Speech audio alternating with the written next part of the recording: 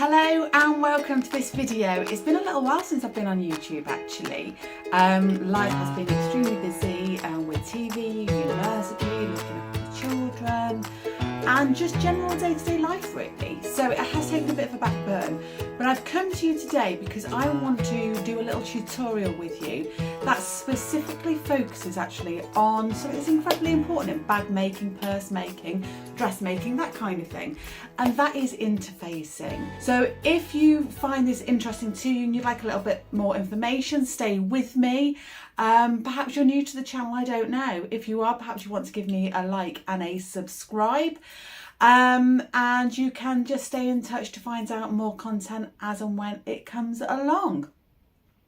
So without further ado, I'm going to talk about 3 types of interfacing with you today, and give you a little bit of a demonstration about the difference that they can make in your work. So the first product that I want to show you is our regular interfacing. It's our go-to interfacing, and we use this interfacing mainly when we're dressmaking. We might use it when we're doing our neckline, our collars, if we have a placket down the front, anywhere where we want to add just a little bit more structure.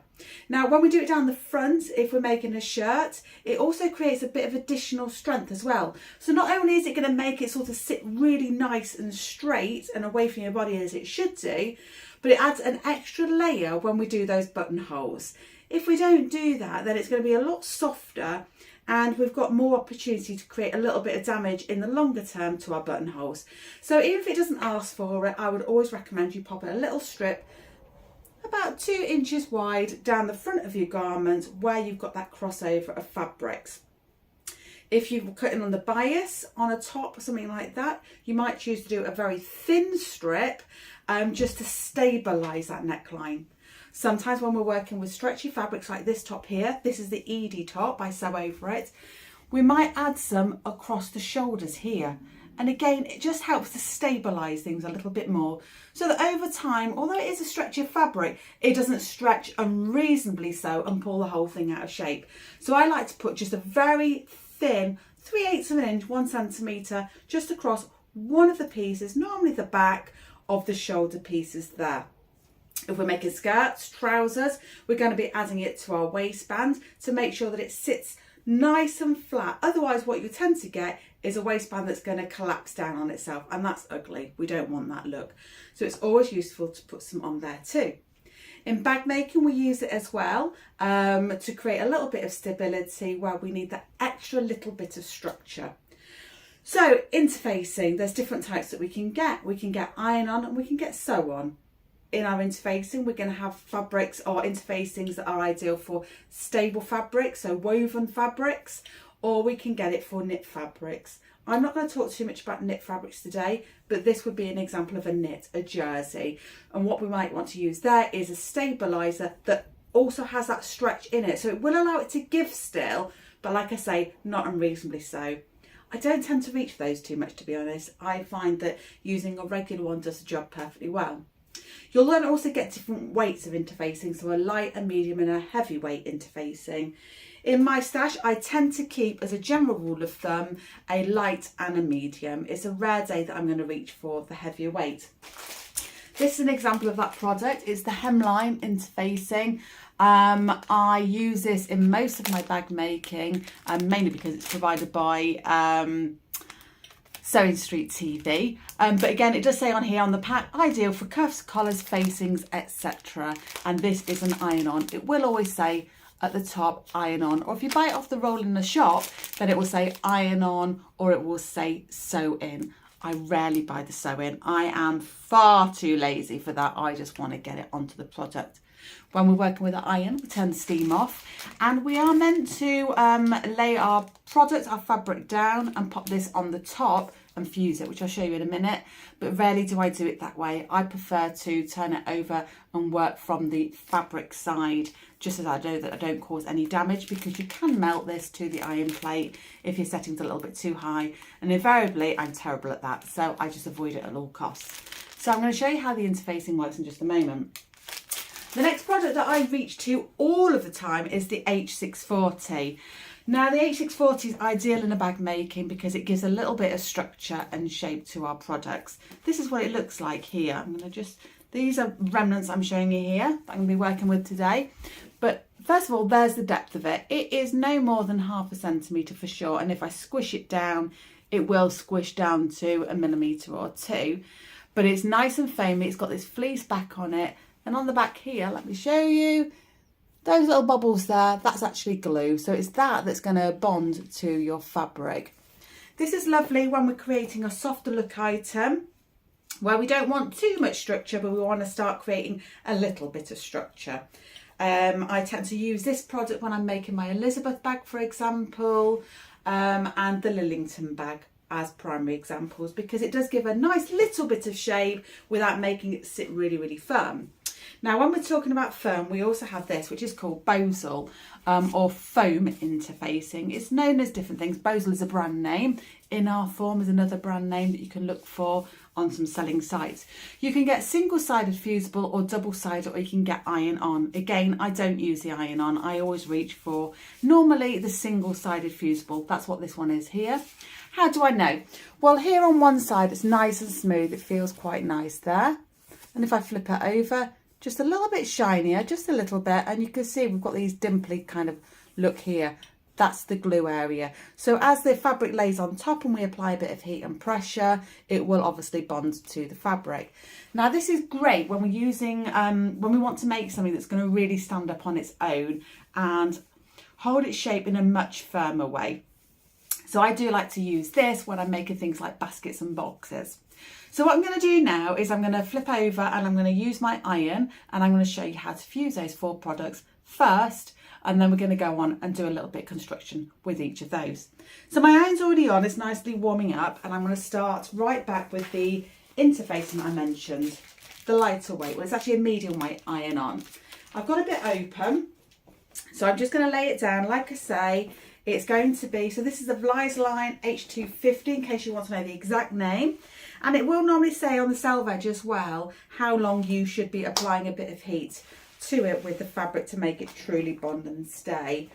Now I'm laying it down on my wool press mat here, and I've got the shiny side facing up, and I'm going to take one piece of my denim fabric. I'm going to use the same denim throughout so you can see an exact like for like in this process.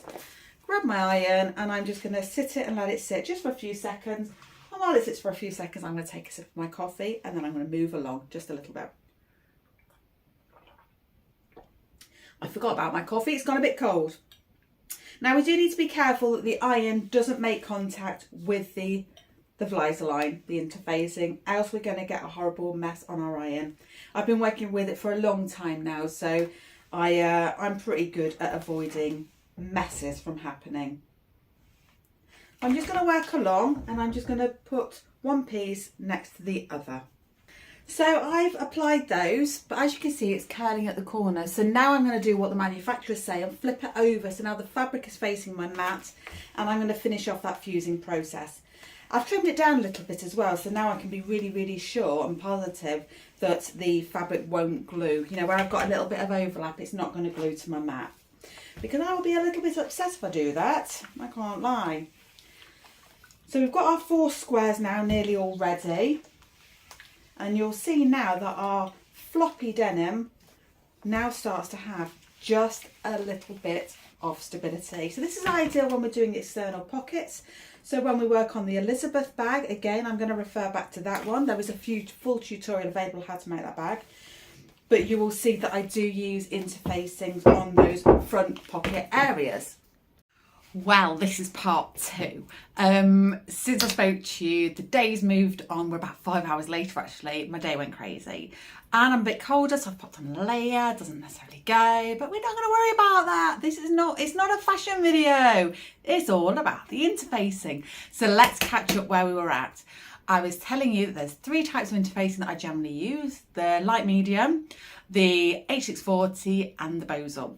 I've cut them all up into squares, and I have now fused them to some denim.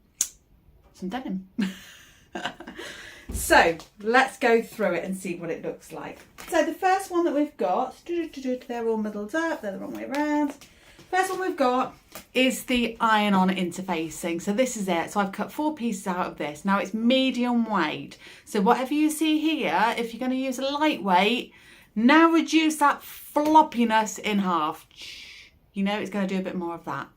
So I've got some of those cut out and bonded. I've got 4 of the H640s all bonded together. And then we've got the Bosal in our form, whichever brand you like to use. That's those there. So now what I'm going to do is I'm going to take each of the 4 and I'm going to lay them out in a row like this. And I'm going to connect them and then connect them back around again so that they make a square. I'm just going to use a 1 centimetre seam allowance. I'm going to do it on all of them and then I'm going to show you what that looks like so we can truly assess what difference interfacing products makes in the overall appearance. So I shall be back in just a moment. So I have put all of those panels together. So let's show you now what they look like. I've left them inside out so you can still identify which is which. So starting at the bottom, we've got this one with just a little light, the medium weight interfacing. So you can see now when I put those together, it is going to stand up. Now that's because it is a medium weight, so it's that little bit thicker. But it's not going to give great structure on a bigger product. What it's going to be doing there, its job is really about reinforcement. That's all it's going to do. Easy to manipulate still when I turn that through. So easier for somebody new to sewing to work with. Easy to iron, easy to top stitch. Very little problems there. And I'll give you some examples of where I've used that in just a moment. So the middle weight, the H640, that's this one here. Again, it's going to stand, which is great. You can see from the structure it's kind of bowing inwards a little bit more because it's not got that firmness in the structure that's really poofing it back out again. But it's got the squidge, which is going to give a really nice texture and feel when you're using it and wearing it. It is starting to create a little bit of shape and structure, but it's still quite malleable in form, I suppose. Again, still easy to work with when we are adding multiple layers and we need to top stitch. Then we move on to the Bosal. This is really where you want to definitely be thinking about putting your walking foot onto your machine if you've got one. Again, I'll turn that through.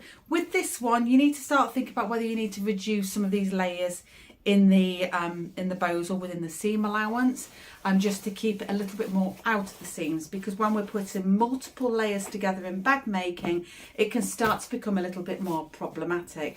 So sometimes we might cut a panel. So for example, this fabric here is say a 6x6. The Bosal, we might want to reduce it down to say a 5.5 by 5.5, centering in it to create that little space all the way around, making it easier to work with. Now we've got something now that's really sitting well on its own, ideal for those bigger, heftier bags or items that we're making where we want it to just be the boss, really.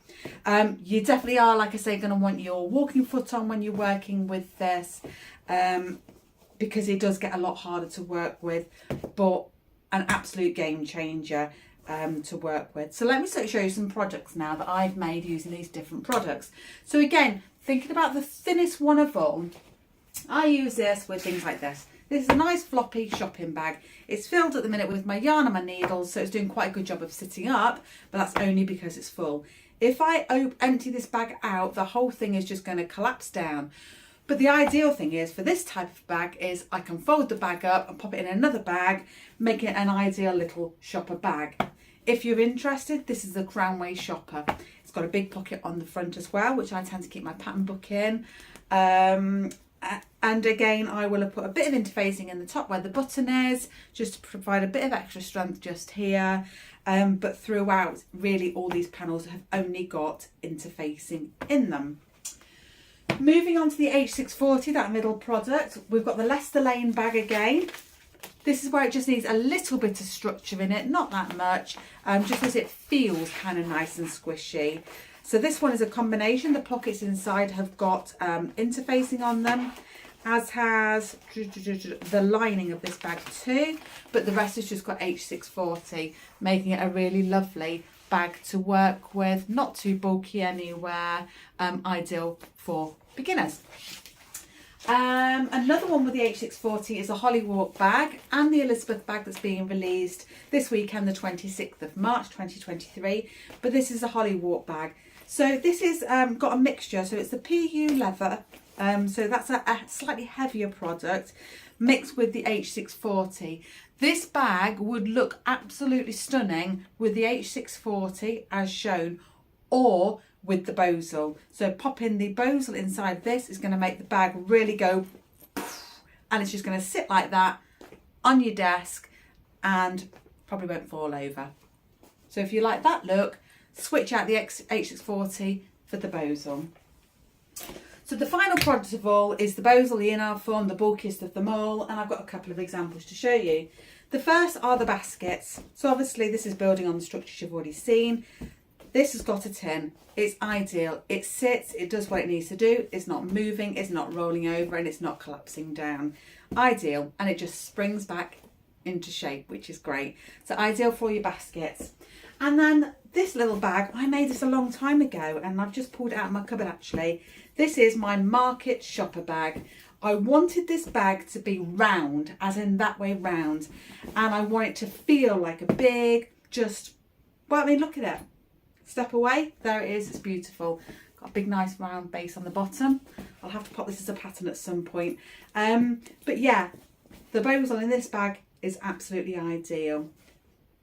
So I hope that has all been useful for you to know. A lot of information there, so many products on the market, it can be confusing. Don't become overwhelmed. Just try and think about the ones that you need in your haberdashery. What is it you want to make? What's the look you want to achieve?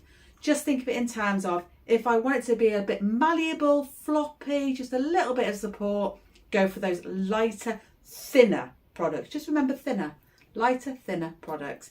If you want it to be a bit more substantial and stand on its own, go bulkier and think about those in-art forms. Feel free to mix them up. You can multi-layer. If one layer interfacing, the thinner one isn't enough for you, but you don't quite want to go for that squidgy feel of the H640, add a couple of layers. You can play, you can experiment, you can get that look and feel that hopefully you're looking to achieve with your bag making. I hope you found that useful. If you did, please do consider giving me a like and subscribe, and go take a look on my website for some of these lovely patterns that I've been showing you today. But in the meantime, thank you so much for watching. Take care everyone. Bye bye.